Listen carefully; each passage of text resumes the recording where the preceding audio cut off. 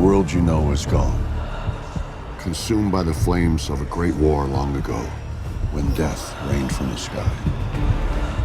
All that's left now are the Lost Lands, filled with twisted creatures that dwell in the shadows. This is the story of how we met, and how she saved the both of us. All this time, you tried to deceive me.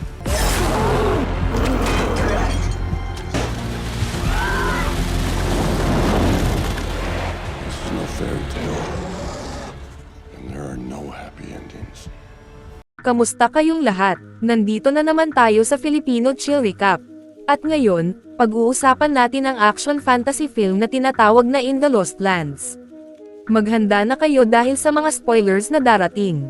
Sa hinaharap, isang mapaminsalang digmaan ang Samire sa buong mundo. At ang natitirang sangkatauhan ay namumuhay na lang sa isang huling lungsod. Pinamumunuan ito ng isang overlord, habang ang simbahan ang may hawak ng kapangyarihan at kaayusan. Isang araw, hinatulan ng kamatayan ng isang babaeng nagngangalang Gray dahil sa pangkukulam. Ginamit siya ng tagapagpatupad ng batas bilang babala sa mga susuway sa simbahan. Pero matapos siyang iwan, ginamit ni Gray ang kanyang mahika para lumikha ng ilusyon. Inakala ng isang sundalo na siya ang bibitayin, kaya't sa takot ay binaril niya ang lubad upang iligtas ang sarili, na naging dahilan para makalaya si Gray. Sa ilalim pa rin ng ilusyon, nakita niya si Gray sa tabi niya at nagpaputok, ngunit ang nabaril niya ay isa pang sundalo. Nang mabalitaan ito ng tagapagpatupad, agad niyang pinatay ang sundalong ng kanto at sinimulan ang pagtugis kay Gray. Habang hinahanap nila ang paligid, nagtago si Gray sa mga anino at tahimik na isa-isang pinatay ang mga sundalo, hanggang ang tagapagpatupad na lang ang natira. Nang may corner niya ito gamit ang kutsilyo, sinabi ng tagapagpatupad na tapusin na siya, pero sa halip, ibinitin siya ni Gray.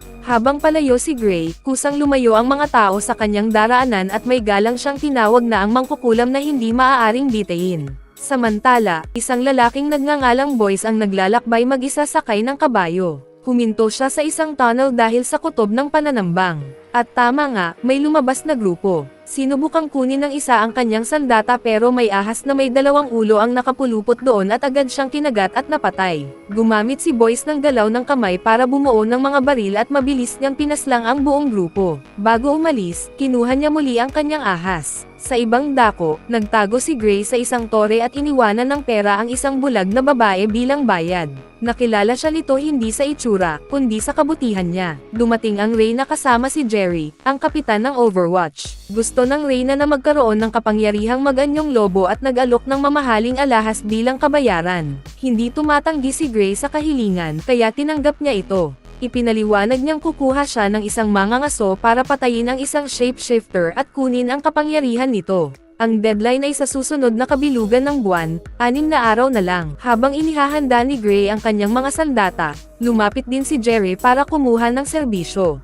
Gusto niyang mabaigaw si Gray sa misyon ng Reyna. Tapat siya sa Reyna, pero natatakot siyang baka sirain ng pagbabagong anyo ang pagkatao nito. Hindi nagtitiwala si Gray sa motibo niya at pinaghihinalaang naiinggit ito, pero tinanggap pa rin niya ang relo bilang bayad. Gamit ang isang spell, sumilip si Gray sa Lost Lands at nakita ang isang grupo ng kalalakihan na nabigo sa laban kontra isang dambuhalang lobo. Samantala, nakahiga lang muli ang Overlord, hindi makakilos at nabasa na naman ang sarili. Inis na inis ang Reyna at pinatawag ang mga katulong habang iniinsulto ang asawa niya. Ilang sandali pa, nakipaghalikan siya kay Boyce, isang patunay ng kanilang relasyon. Nang tangkaing umalis ni Boyce ng palihim sa kastilyo, hinarang siya ng mga gwardya. Dumura siya ng alak sa isang sulo, dahilan para masunog ang isang gwardya at itulak naman niya ang isa sa hagdan. Sa isang bar, nilapitan ni Gray si Boyce para imbitahan siyang sumama dahil sa kanyang kaalaman sa Lost Lands. Mas interesado si Boyce sa pagsusugal, kaya hinamon siya ni Gray at madaling nanalo sa unang round. Ayaw pa rin ni Boyce, at nagbabala na kakaunti lang ang nakakaligtas sa Lost Lands. Nangako si Gray na pwede siyang iwan kung papabigat siya. Doon ikinwento ni Boyce ang tungkol sa isang dambuhalang lobo na matatagpuan sa lugar na tinatawag na Skull River. Tumugma ito sa pangitain ni Gray kaya inalok niya ang relo bilang kapalit-kapalit ng pagiging gabay niya papunta roon. Biglang sumugod ang mga sundalo sa loob ng bar at nagpaputok ang isa mula sa itaas. Hinagis ni Boyce ang kanyang ahas sa kalaban at napatay ito. Habang bumabagsak ang katawan, kinagat ng ahas ang isa pang sundalo, kaya't napilitan ang kasama nito na putulin ang braso para hindi kumalat ang lason. Umalis agad ang ahas. Dumating ang enforcer at mabilis niyang pinatay ang ahas gamit ang kanyang espada, pero wala na sina Gray at Boyce, nakatakas na sila. Balik sa simbahan, pinaalalahanan ng patriarch ang mga tao na ang mga mangkukulam at erehe ay kailangang parusahan. Habang nagkukunwaring nagdarasal ang mga tao, palihim silang nagpapasa ng isang papel tungkol sa isang rebeldeng kilusan. Matapos ang seremonya, isiniwalat ng patriarch na alam niya ang tungkol sa sulat at ngayoy kinikilala na niya si Gray bilang mukha ng rebelyon. Nahuli ng enforcer ang bulag na babae at pinisa ang kamay nito hanggang sa umamin na bumisita kina Gray sina Jerry at ang Reyna. Iniutos ng patriarch na hanapin si Gray, pilitin siyang umamin, at pagkatapos ay bitayin siya. Sa gitna ng Lost Lands, nagkakampo sina Gray at Boyce sa ilalim ng mga bituin. Naghahanap si Boyce ng panibagong ahas, pero wala siyang nagustuhan. Nang gabing yun, habang sinusubukang matulog si Gray, lumapit si Boyce hawak ang isang kutsilyo, pero para patayin lang ang isang alakdang muntik nang tuklawin si Gray. Kinabukasan, nakarating sila sa isang trading post na pinapatakbo ng magkapatid na sina Mara at Ross, mga dating kaibigan ni Boyce. Ikinwento ni Boyce na inaasahan nilang matagpuan ang shapeshifter sa loob ng isang linggo, pero iginiit ni Gray na kailangan niya ito sa loob ng ilang araw lang. Pumayag si Boyce na dumaan sa isang mapanganib na shortcut. Kinaumagahan bago sila umalis, binalaan ni Boyce si Gray na sina Mara at Ross na lang ang natitirang maaasahang tao sa Lost Lands. Habang papaalis sila, napansin ni Gray ang mga buto ng isang halimaw na nakakulong sa isang hola. Samantala, nagsimula na ring maglibot ang enforcer at ang kanyang mga sundalo sakay ng tren para salughugan ang Lost Lands. Hinarap ng Reyna ang patriarch dahil sa pagpapadala ng tren ng hindi niya nalalaman, at dahil sa pag-alis ng lahat ng sundalo na nag-iwan ng kanilang tahanan na walang depensa. Pinagdudahan ng patriarch ang kanyang katapatan matapos makarinig ng mga chismis tungkol sa pagtataksil nito. Pinabulaanan naman ito ng Reyna. Maya-maya, kinontak ng patriarch ang enforcer habang nasa tren at sinabing kumpirmado na ang pagtataksil ng Reyna. Kailangan na nilang mahuli agad si Gray para maaresto rin ang Reyna sa kasong pagtataksil. Hindi nagtagal, natunton ng mga sundalo sina Ross at Mara. Pinahirapan sila hanggang sa umamin si Mara na papunta sina Gray at Boyce sa Skull River. Pagkatapos makuha ang impormasyon, pinatay ng mga sundalo ang magkapatid at sinunog ang kanilang trading post. Kinabukasan, dumating sina Gray at Boyce sa Reef, isang sirasirang syudad na puno ng mga bitik at guwang. Sa loob ng isang abandonadong gusali, nakita nila ang cable car system. Hinanap ni Boyce ang tagapagpatakbo nito, isang lalaking kilala sa pagbibigay ng sakay kapalit ng bayad, pero walang sumasagot sa tawag niya. Habang naghahanap sila, natagpuan nilang nakabitin ang katawan ng driver, nauna na pala roon ang mga sundalo. Habang paalis na sila, inatake sila ng enforcer at mga sundalo. Inalok si Boyce ng pagkakataong makaligtas kung isusuko niya si Gray. Ginamit nila ang katawan ni Mara bilang patunay na seryoso sila. Pero biglang gumalaw si Mara at tinawag ang pangalan ni Boyce, kaya't binaril siya ng enforcer para tapusin na ito. Galit na galit si Boyce at agad nagpaputok, habang si Gray naman ay sumugod, pinatumba ang isang sundalo, at kinuha ang baril nito. Sabay nilang pinagbabaril ang mga kalaban. Ngunit bumaba pa ang mas maraming sundalo mula sa tren, hindi na nila kayang tapatan. Habang nauubos ang kanilang bala, umatras sila. Pumutok ang kanyan mula sa tren, pero sinuwerte silang nakailag at nahulog ng hindi nasaktan. Agad silang tumakbo papunta sa cable car at pinutok ni Boyce ang reel para umalis na ito. Hinabol sila ng mga sundalo at nakipaglaban sina Gray at Boyce ng santukan habang pinoprotektahan ang cable car. Habang tumatawid ito sa napakalalim na bangin, may ilang sundalong nahulog sa kamatayan. May iba namang umakyat sa bubong, pero agad itong sinundan ni Gray at nakipaglaban gamit ang kanyang mga espada. Mabilis na pinabagsak ni Gray ang karamihan sa mga sundalo at pinilit ang huling natira na sundan siya sa gilid ng cable car. Pagdating doon, pinutol niya ang kamay nito, dahilan para mahulog ito sa bangin. Sa loob naman ng cable car, nakikipagbuno si Boyce sa natitirang mga kalaban. Habang pinapanood ng enforcer na nauubos ang kanyang mga tauhan, iniutos niya sa isang sundalo na putulin ang cable ng cable car. Bumaluktot ito at halos mahulog. Kumapit si Gray gamit ang kanyang mga espada. Binabasag naman ni Boyce ang bintana at tinapon palabas ang isa pang kalaban. Pagkatapos, pinutok ng enforcer ang huling cable. Bumagsak ang cable car, bumangga sa isang gusali, at dumiretso sa gilid ng bangin. Agad na gumapang pataas sina Gray at Boyce para makaligtas sa nasirang sasakyan. Habang umaakyat si Boyce, Boyce, tinamaan siya ng bala mula sa Enforcer. Pero si Gray, nauna nang nakarating sa itaas, ginamit ang kanyang kapangyarihan para iligaw ang atensyon ng Enforcer at makatakas sila patungo sa kagubatan. Kinagabihan, tinanggal ni Boyce ang bala sa kanyang balikat habang tinatahi ni Gray ang sugat. Habang nagpapahinga, naalala ni Boyce ang kanyang mga namatay na kaibigan at nangakong ipaghihiganti sila laban sa Enforcer. Bago sila makatulog, nakahiga sila sa ilalim ng mga kumikislap na kulay at kidlat sa langit. Kinabukasan, nalaman ng Reyna na siya'y buntis. Bagamat si Boyce ang ama, sinabi niyang anak ito ng Overlord para patatagin ang kanyang kapangyarihan. Ngayong may tagapagmana na siya, pinatay niya ang Overlord sa pamamagitan ng pagtakip ng unan sa mukha nito.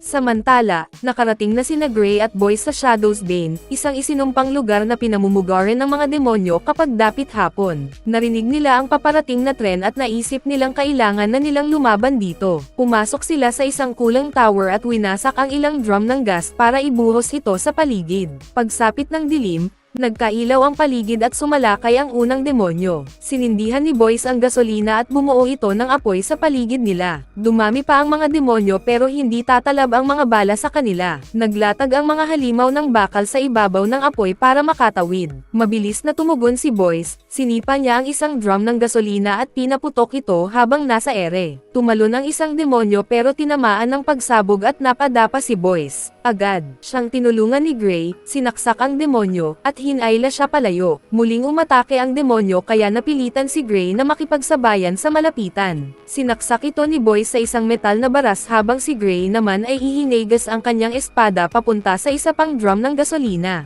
Nagkaroon ng napakalaking pagsabog, sapat para maakit ang pinuno ng mga demonyo na nakatanaw mula sa taas. Bumaba ito kasama ang kanyang mga alagad at inatake sila. Nakilala niyon si Gray at tinawag siya sa pangalan, sinabing hindi siya dapat bumalik pa. Pinakawalan ni Gray ang kanyang kapangyarihan at pinatres ang pinuno gamit ang naglalagablab na apoy mula sa kanyang mga kamay. Inikat niya ang mga apoy hanggang sa mabuo ito bilang isang napakalaking ipu-ipong apoy na sumakop sa buong tower at nilamon ang lahat ng mga demonyo, pati na ang kanilang pinuno. Pagkatapos ng labanan, napansin ni Boyce na hindi niya naramdaman ang init ng apoy. Ipinaliwanag ni Gray na hindi ito totoong apoy. Gumamit siya ng ilusyon para isipin ng mga demonyo na nasusunog sila, at namatay sila sa bisa ng placebo effect. Isiniwalat din ni Gray na may itinatagong kayamanan sa lugar na iyon. Ilang taon na ang nakalilipas, may lalaking kumuha sa kanya para nakawin ito, pero dahil sa sumpa ng lugar, siya at ang kanyang mga kasama ay naging mga demonyong kanilang nilabanan. Kinabukasan, inanunsyo ng Patriarch na patay na ang Overlord, pero buntis ang Reyna, kaya ang sanggol ang magiging tagapagmana ng trono. Tahimik lang ang mga mamamayan hanggang sa nagpaputok ng baril si Jerry sa ere, dahilan para mapilitan ang lahat na magpalakpakan para sa Reyna at sa bata. Pagkatapos, lumuhad ang Patriarch sa Reyna at nangakong maglilingkod sa kanya. Pero sa pribado, minumura niya ito at agad na nakipag-ugnayan sa Enforcer. Sa kabilang banda, may sarili ring plano ang Reyna. Tinukso niya si Jerry at hinalikan ito, layuning gamitin ang kanyang hukbo para sa pansariling ambisyon.